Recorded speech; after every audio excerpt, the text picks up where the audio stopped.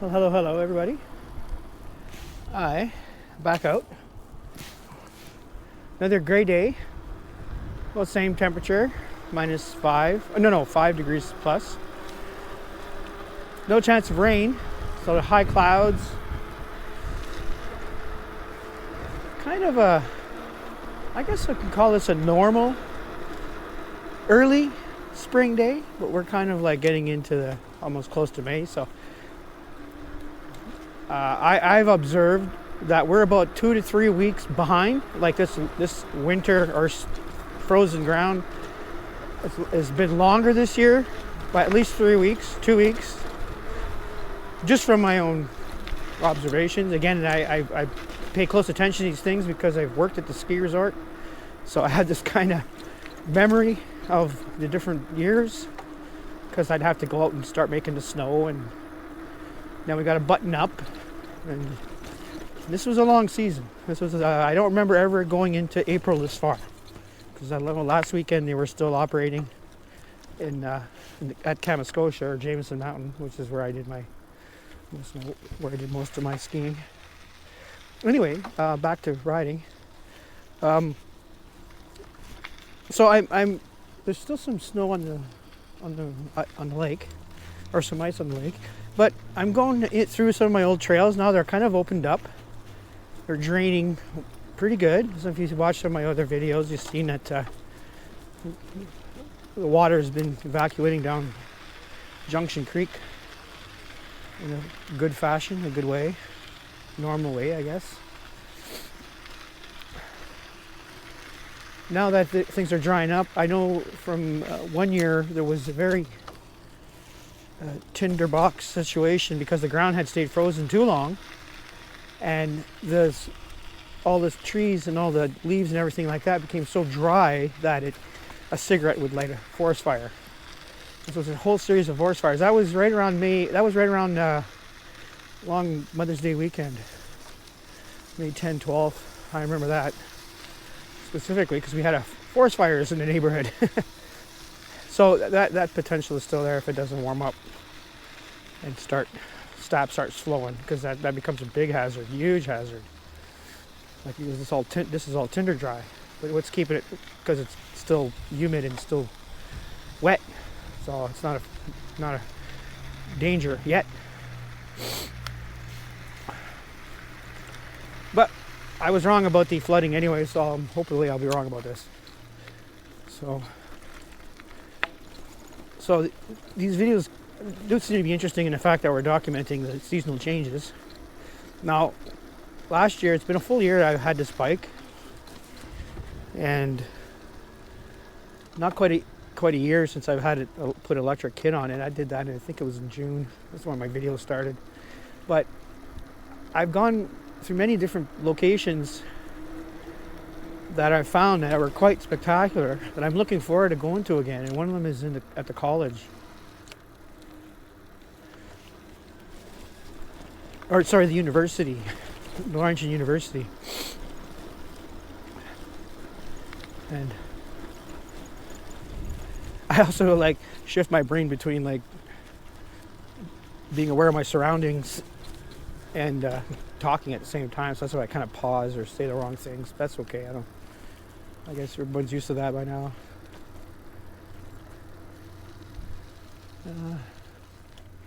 I'll take a look at this lake here.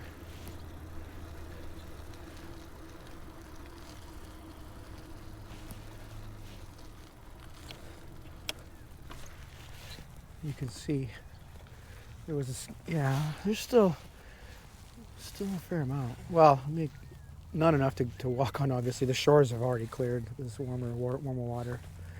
But you see there's still a fair amount. It's going to take a couple of more sunny days to get rid of that.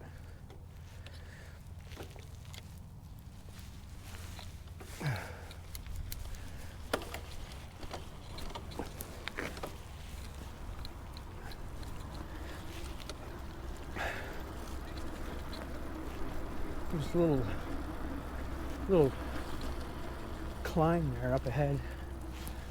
Oh, I guess I have to take it now.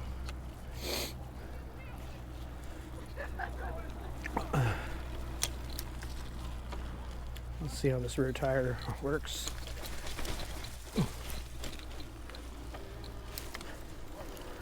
All right. Oh man, what do you think?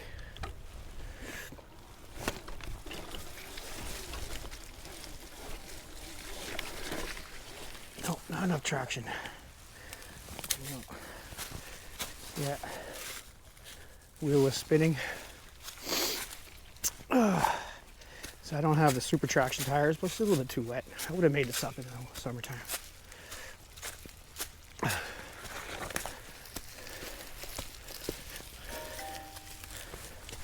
Spin, spin, spin. Yeah, so the tire doesn't have very much grip. You don't have power, no problem with the power.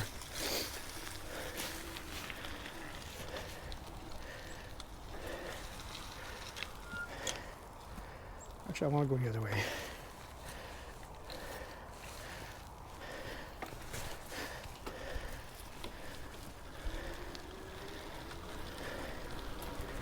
Okay.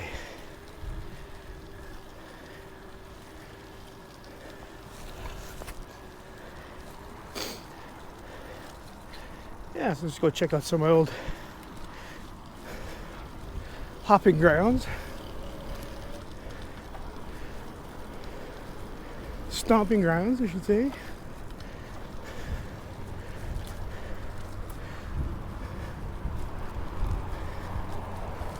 I also need to recalibrate the programming of the bike. I might do that when I get to my destination here. I'm going to go to Anne Marie's Lookout. Really nice up there.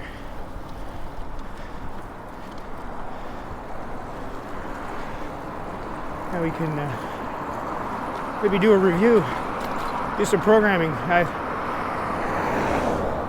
talk about that. So when it comes to this bike, I mean, it's a 2002 Specialized Rockhopper, 15-inch, a smallish frame. One size up would have been perfect, but it's tight. It handles the trails pretty good. It's not very fast. I mean, it's fast. Well, it'll go 50 kilometers an hour. Limited by the cadence, my gearing. Like, I don't push it. I've never floored this thing all the way, so I don't know what it can do full pin with the throttle. And I do that because I don't want to break it. I don't want to slam full throttle into an electric motor from a battery. It could be over the limit at some point. So I just keep it in the fucking normal. I just keep it normal, which is, I think, plenty freaking fast. Because the bike is light, which is what I liked about it. So the bike is light and nimble. The shifting Dior components and the brakes. I was already familiar with this group set from having a Marin Palisades Trail, which is a very nice bike that I had right around that time, 2005, 2006, 2007.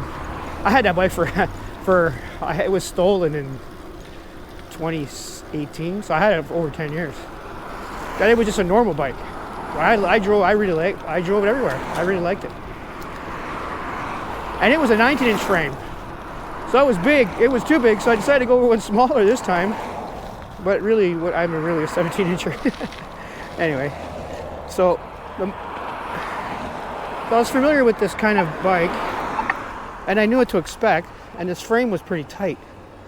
So I kind of like that.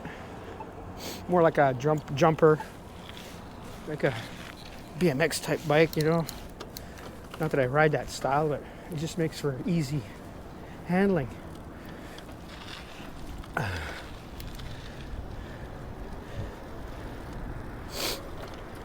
I'll go down here, but I do find the bike fast right now. I think the maximum speeds have been reset. So when it comes to programming, one of the things I do, which I find is better, is put more power but lower the top speed in the power settings, and then have them kind of ideally matched to the gears. Right now I'm in 6, so this is comfortable in the mid gear section, like in the gear 6, let's say. Then if I was to go full, I mean, I can still open it up and it's still plenty fast on the high gear. But right now I'm not putting any force, I'm just spinning my legs. Okay, and on 6 it'll accelerate to 32. That's without putting any force. Now if I put force, it'll go even faster. You know, now that I'm pedaling, I can push it past its limit. But I might lower that limit, is what I'm getting at. Because I like the power. The power's right. I think the speed's a little high because I'm going to be starting to deal with population and people. And I think maybe I'm going to set that to 28. And I'm going to do the same with 5. So if I just spin my legs on 5, it should go to 26.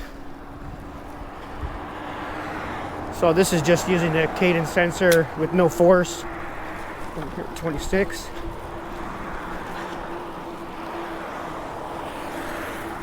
And then when I force it, I accelerate. So this is a good way of, kind of a good way of getting exercise, because I could push it past its limit, but then I end up going too fast. So I'm going to lower this speed down to like 24. So I can accelerate from 24 up, which is kind of a perfect cadence, because right now this is a good like power zone, right? So climbing a hill. If I put it on 4, which is kind of like the first 4 gears, just more like kind of a trail riding single track area, I want to increase the power on that because, and limit the speed, and that way there I don't start going too fast and, you know, and not being able to handle the terrain. So this one here, if I spin, it's like 350 watts. It's going a little too high. I'd prefer this to be weighed down. So it looks like it's been reset, because these were higher. They weren't this high before. So I'll do that. I'm going to plug in. I have the cable. I have the app on my phone. I'll do that. And we'll see what the differences are.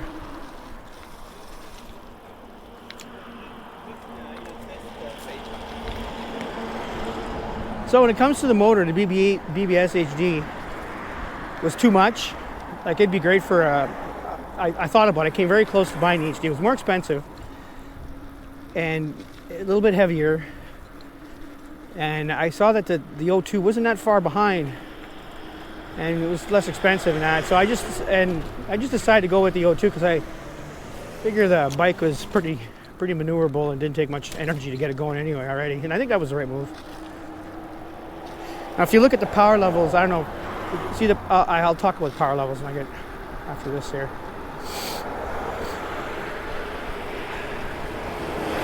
So I'll do that on the trails. So a couple of good things about the BBS02, it's absolutely bulletproof and durable as hell. It did not complain or make any noise or been changed anything at all winter long. And that's a pretty harsh test. And again, you know, and wait, I'm not necessarily into babying this thing. I look at this as a replaceable component if it fails. Same with the battery. But as a system, I don't want it to fail. So I kind of keep everything working in its where it's intended. It's kind of the idea. So I think the BBS02 and a bike like this hardtail is a perfect match. And if anything, it's a bit fast.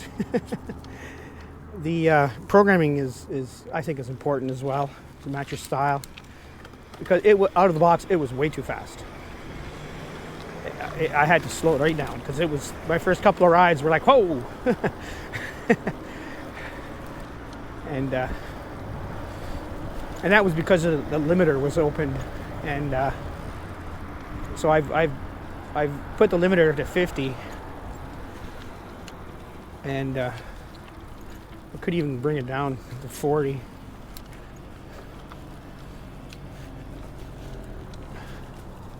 All right, so we're going to head towards the university. So, okay, so this is a good place to look at the power. So this is 400 watts on 5. Okay. It might not. It might, and I'm not putting any pressure here. And it just 500 is pretty much enough to get you to the speed. Okay, I'll go higher gear. So this is what 500 watts will do right here. We'll climb a slow grade, hardly any effort, a little bit of effort, and I don't need to switch up. Now, if I go to 6, that's it looks like 550 watts or 600 watts, a little bit more. And now I can bring this. Now the speed comes up, and I don't really go past this. This is my. Again, this feels fast, so that's definitely changed with that number. I'm not sure what resets it. Could be I don't know. When I was thinking it was rock solid.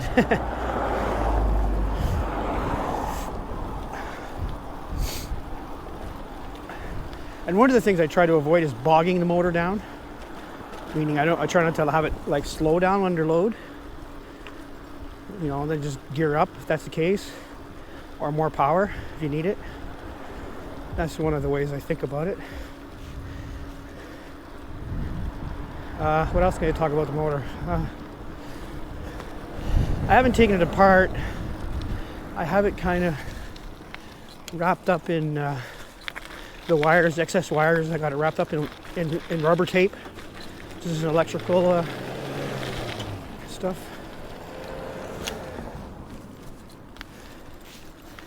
Electrical rubber tape.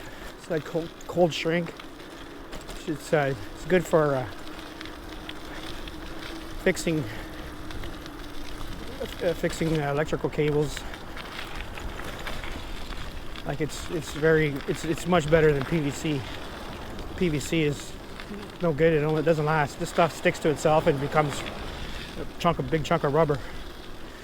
So that's the stuff you want for the electronics that I used to turn on and off the light.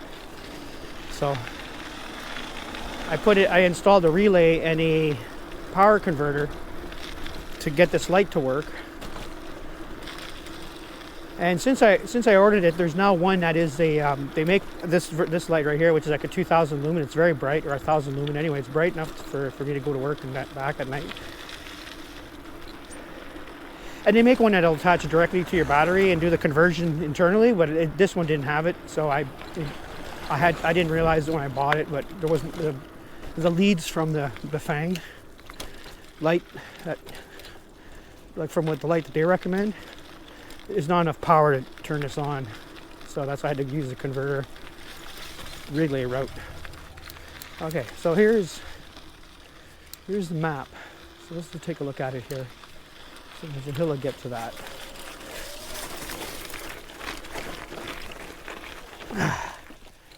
So yeah, we just need some. Okay, so that was good. Okay, so you see there. So percolate one I've taken, that's a very nice one. That yellow one goes to Moonlight, which is a good one. But where I want to go is somewhere. The Bios ski trails. We're going to go in there. I'm going to go through some of the old trails. Some of the trails that are here. They're opening up.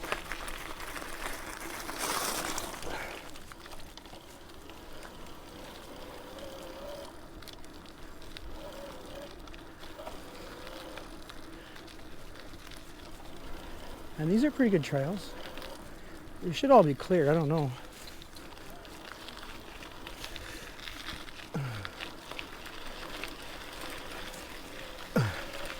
All right, start with a climb.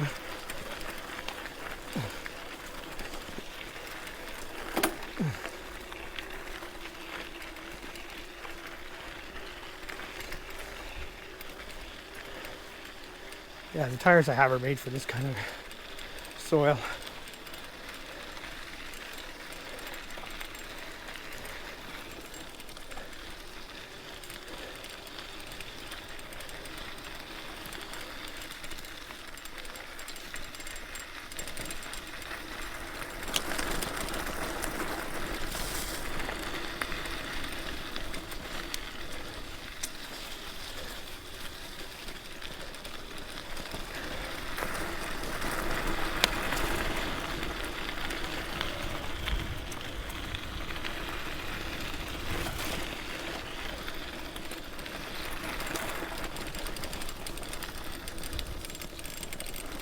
Pretty cool.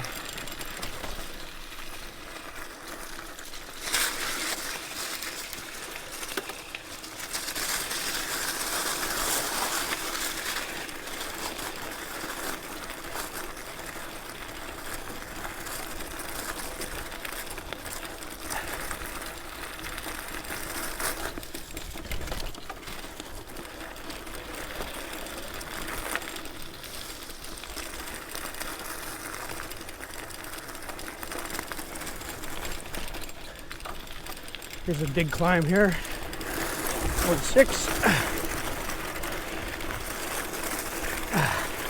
Keep speed. Good. Whew.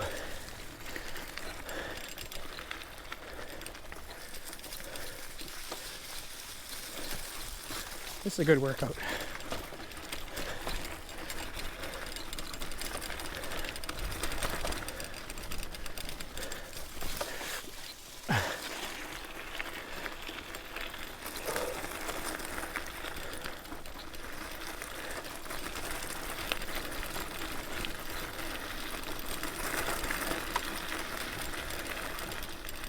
It's nice out here.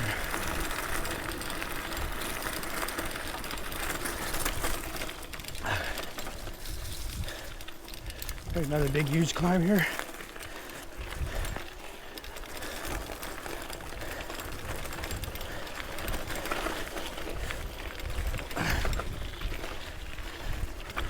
No problem.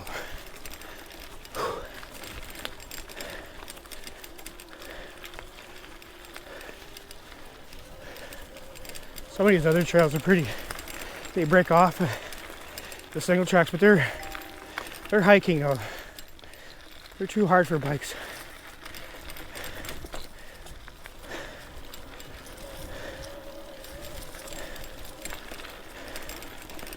They're not like single track. They're hiking trails.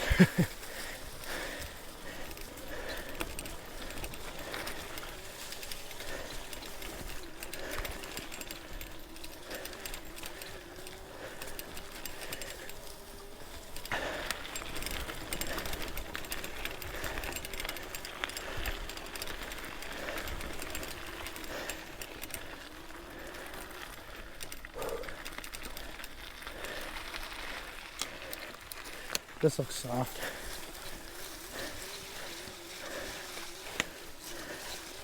Cool.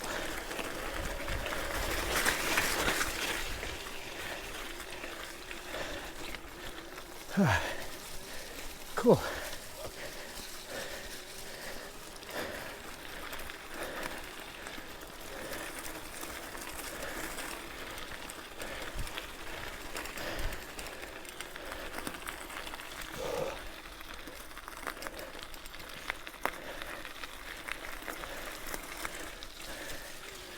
There's another big climb.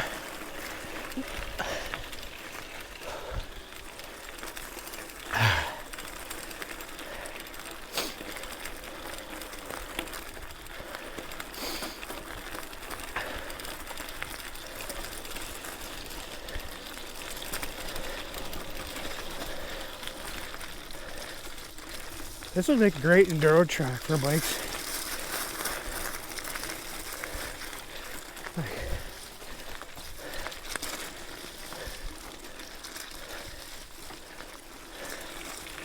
Not now, but set a course in here. Pretty good. Pretty good workout.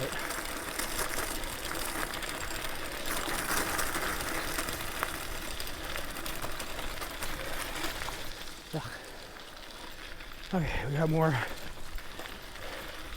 This is a pretty big downhill here. I'll keep the speed down now.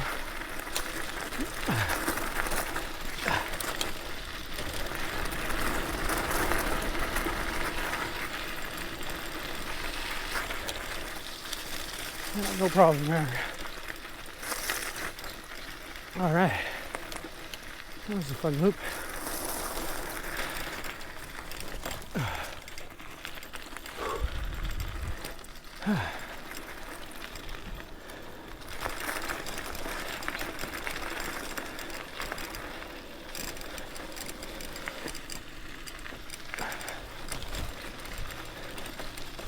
We're behind the University Stadium here, track.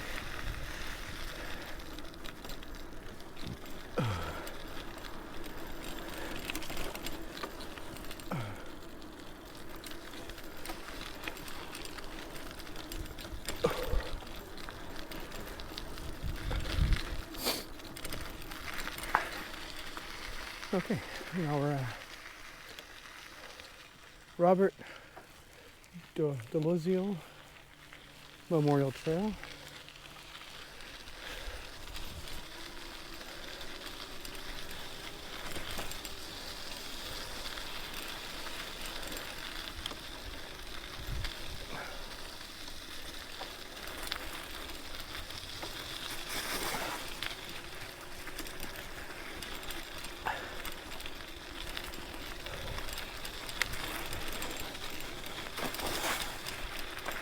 That was a pretty good workout. So, again, we're carrying on with our impromptu review here, review and ride. Tires, not, oh, I got stuck. Not that good in the mud. I just collected a lot of dirt.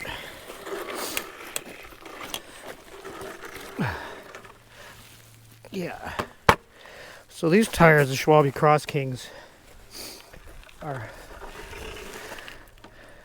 not very good in the mud, but they're fast.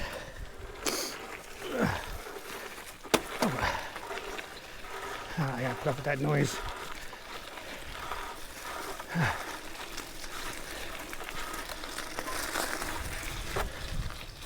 Right, so it's still kind of soft.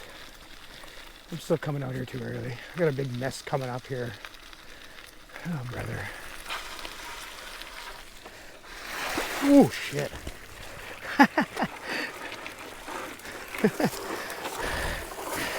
We are properly soaked.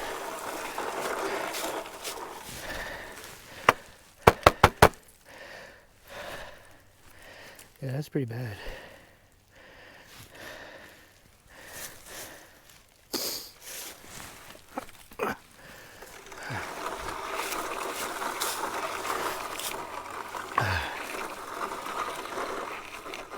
Okay.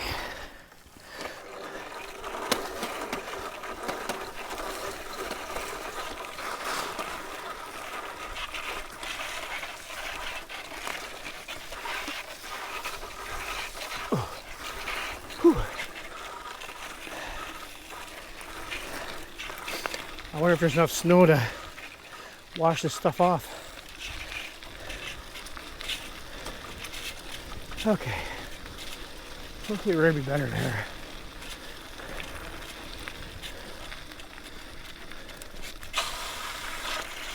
I wanted to go to, well, I want to go to Emery Park, or Emery Lookout. Just for the view, but nah, this too soft.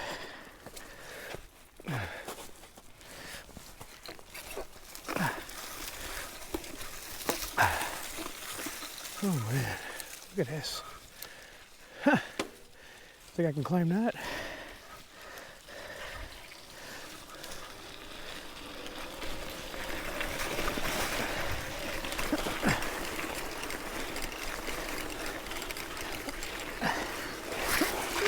Oh, shit. This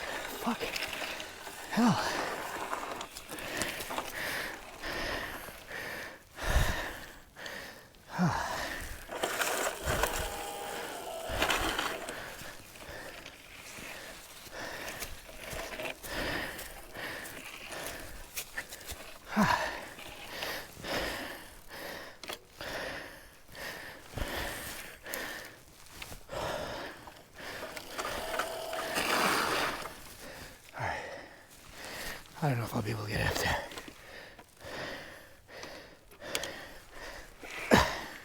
No.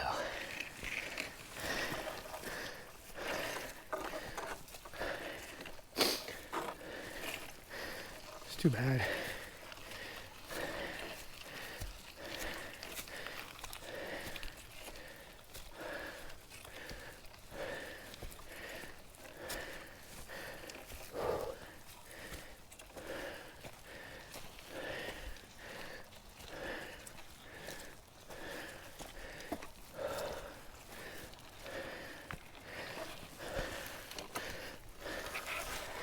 Let's just keep going.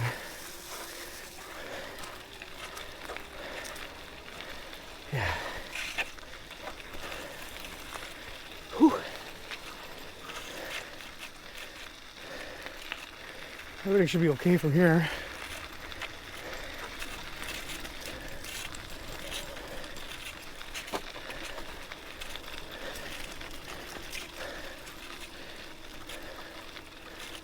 I'll go somewhere else for the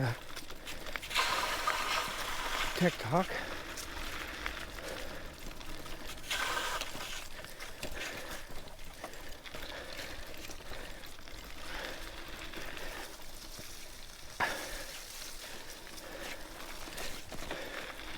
So clearly this is not a bike made for mudding.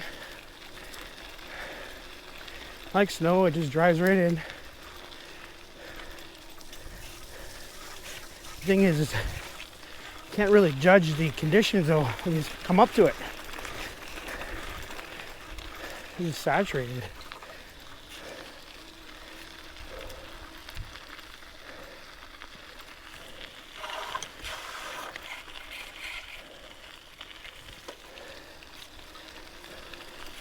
Looks like I might be able to get to the lookout from up here. Look and see if there's any trails.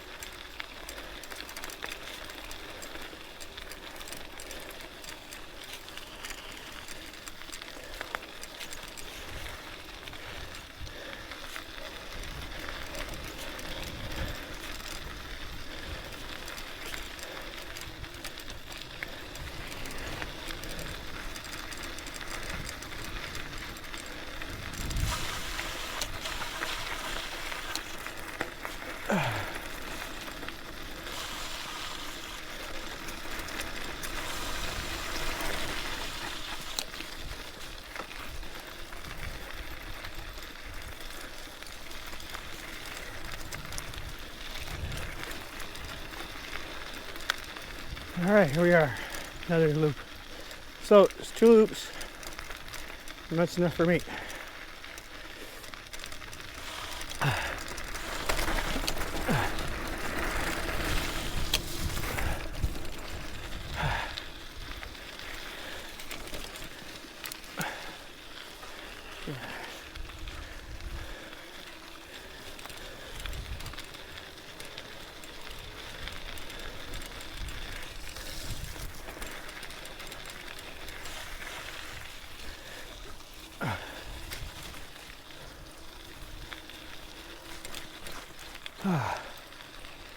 There's the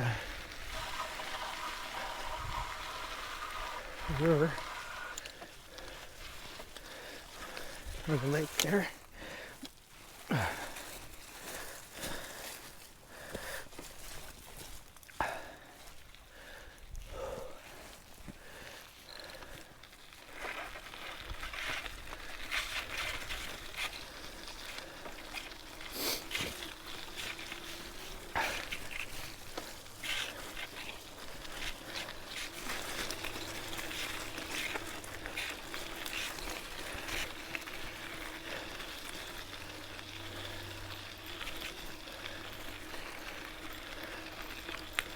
Okay, we're at the end now.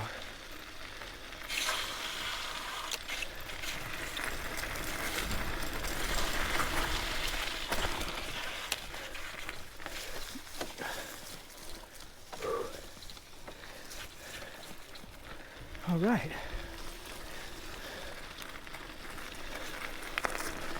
So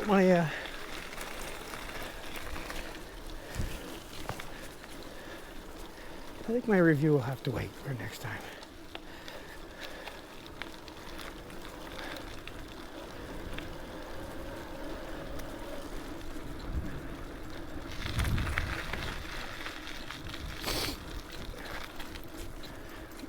Alright, so I'll come back here in a few more weeks. Do some laps out there, some really good exercise in there for sure.